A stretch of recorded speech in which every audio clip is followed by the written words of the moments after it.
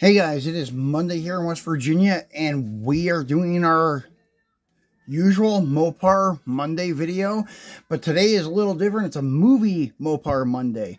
Um, well, at least one of them is from a movie. One of them is just an icon from racing. It's Richard Petty. And anyways, this is from the pop culture Johnny Lightning series. So we're showcasing Johnny Lightning today. And as I said, we got two cool castings from their pop culture stuff that's kind of like Hot Wheels Retro Entertainment, I guess. I didn't even know they had the pop culture series. I knew they made these cars and made movie cars, but I didn't know they classified a series now called pop culture, or it may have been around for a while. It's just new for me. And I found these at my local Walmart a couple of weeks ago. And honestly, I was surprised because I have not seen Johnny Lightning, well, anything new anyways, at my Walmart for probably 6 or 7 months. So this case just popped up out of nowhere.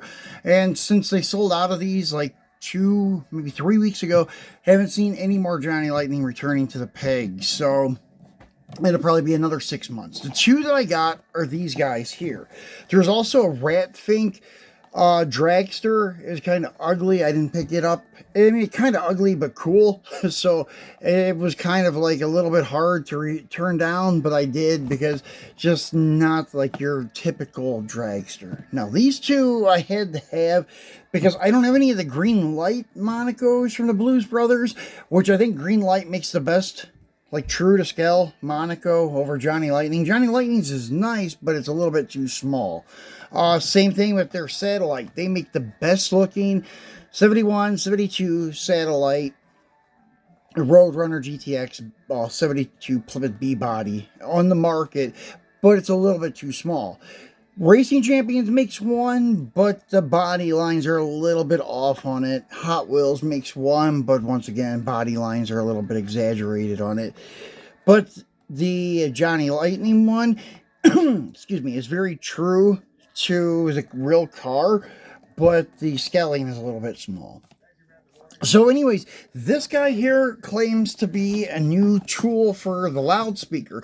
So I don't know if they just redid the loudspeaker or if this is like a new thing for them. I don't know if they ever made one with a loudspeaker in the past. Probably not. I'm not sure. I know Green Light did it, but I'm not sure about Johnny Lightning. I know they just released the Chicago police car again about, I don't know, maybe 2 or 3 months ago. I seen one at not Ollie's, but Hobby Lobby, and I was gonna grab it, but that true to scale thing is what I'm looking for, because I was gonna open it and put it by Mr. Norris because it would look great, because it's Chicago is where Mr. Norris was, the Chicago Police, being an early 70s Monaco, it would have looked pretty cool there, but it was just a little bit too small, so I need to find a Green Light one.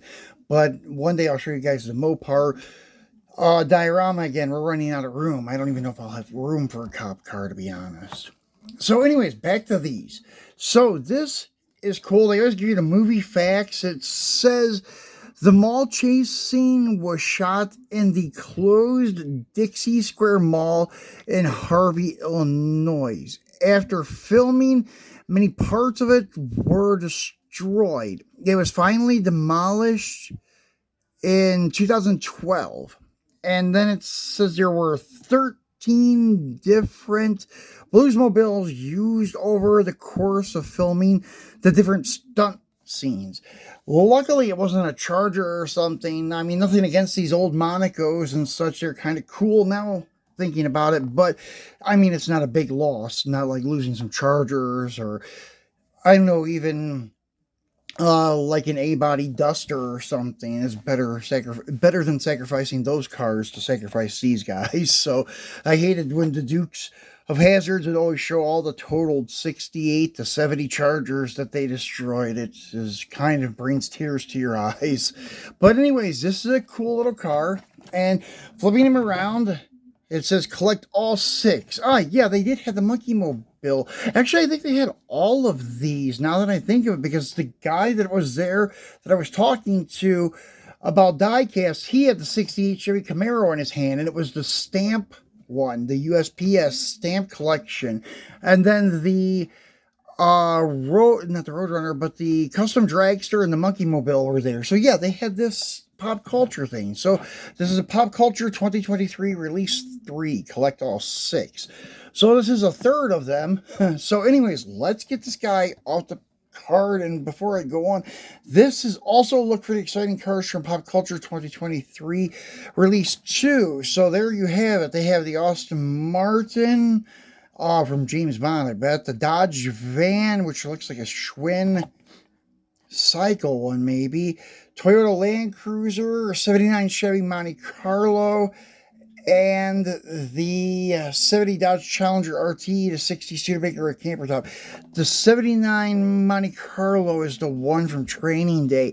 Love the casting, but I hated the wheels that they put on it. They're super tiny. They're way too small. Even though the car was running 13-inch by 7-inch Daytons in the movie, still the ones that Johnny Lightning used are a little bit too small. But anyways, let's get this guy off the card and take a look at him. And this one's kind of like the Auto World stuff. If you're a little bit careful, you can get away without tearing the card so bad if you did want to redisplay them in the package, which some of these cards are really cool, so you may want to do that. But this one I'm just going to leave here on the counter with some of the other movie stuff I got going on. Jurassic Park, the Turtles, Christine, the Fast and Furious Tuned, and such. So this guy will just stay right here. So once again, the casting is really cool. The weathered look that they gave it, they are spot on with like the patina and everything. The dirt looks really, really good. These stillies look really good on it.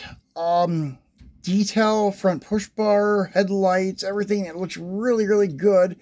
I was gonna see if the hood opens. I think it does.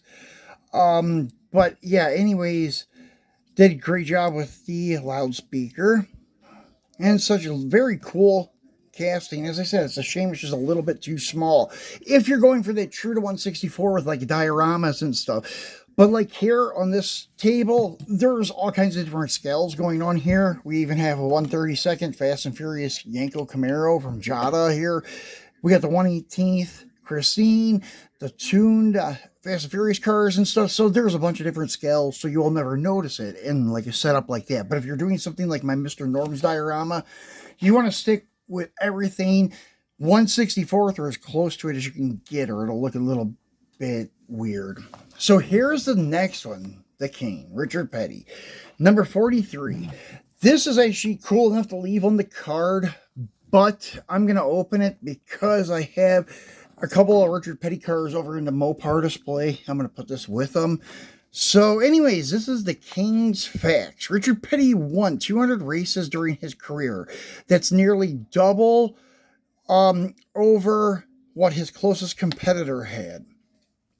He is ranked first in many racing categories, including races started, 1,184, most top 5 finishes, 555. That's kind of cool, 555, top 5s. And then most top 10 finishes, 712. Most pole positions earned, 123, 123. That's cool too. And most laps completed, 307,836. So Richard Petty's got a lot of miles on him. So once again, this is a beautiful casting. And same card backing as the Bluesmobile. So let's get him opened up and take a look at him. And this one I really like. And it's another one that I said is a shame about the scaling, because this is a beautiful casting. This is my favorite B body, actually. 71, 72 Plymouths are my favorite B body. I just wish it was true to scale, because it would go maybe in Mr. Norm's display or something. I do have cars in my showroom that are underscaled, but because all of them are kind of underscaled and it's in the showroom away from everything else, it kind of flows okay in my diorama. But still, yeah, you could tell they're a little bit smaller just by looking at the cars outside the showroom. But it's okay. It gets away with it. But if they're side by side, you'll notice it big time. Because if I set this next to like a true to scale, we'll say Dart Swinger, this is going to be the same size as the Dart Swinger. And that's not really correct. So this would be probably I don't know, 10 to 12 inches longer in real life than a Dart Swinger, maybe, and the width of it would be bigger. So they're setting them side by side with 1/64th, and they're the same size. It's a little bit weird looking. So anyways, this is a really cool car. They got it spot on with the co-sponsors, the major sponsor, STP, and the cage is done in light blue. I like how they did break it up with the racing not being white or silver, but I thought it would have been black, but I don't know, they may have had a white one or a silver one, I don't know. Then the braces and the windshield and rear window are detailed in silver. That looks really good instead of just having them there. Like a lot of the NASCAR diecast companies make the window where they have these ridges, but they're not detailed. They're just there. So that looks really good. And then they did the little, like, I guess I don't know what to call them, brackets that hold those little braces. The bubble or the little raises in the roof are there where it feels like braille, where it would have been these little brackets holding these struts or braces. I shouldn't call them struts, but braces down. So that is pretty cool. And yeah, I don't have anything to open this. I can almost get it open. That's the problem with a lot of these cars with opening hoods. It's hard to get them open. Now, the only thing I don't like about this car are the wheels. They should have done the wheels from this car. It would have been perfect. Because they were just still wheels. These are kind of like a, I don't know, a centerline style wheel done in some light. It looks like a dark blue, and in others it may just be black. But yeah, it would have been much better if they would have used the Stillies. Or they even have a set of wagon looking wheels, like they would call them wagon wheels, but they're like trailer wheels that look like NASCAR wheels. That would have been a good choice too. But as I probably showed you guys before, these are easy to wheel swap. So you just pull it off. There's the wheel and tire, and it's got a rear hub, so you can swap the wheels around really easy. Like I could swap the ones from the Bluesmobile onto this very easily. So that's an option with Johnny Lightning. One thing that I really do like about them. So yeah, I've kind of went over with what I wanted to do today, guys. Well, that's our lineup for Mopar Monday. We did some kind of pop culture thing here today. So we'll be back again Wednesday or Thursday with something to unbox for you guys. If not, definitely by Friday for our Free It Friday. So, guys, enjoy the beginning of your week. And I guess, well, this weekend starts our Christmas holiday. So get all your Christmas shopping done and get ready for Santa Claus. So thanks for watching, guys. I will see you later this week.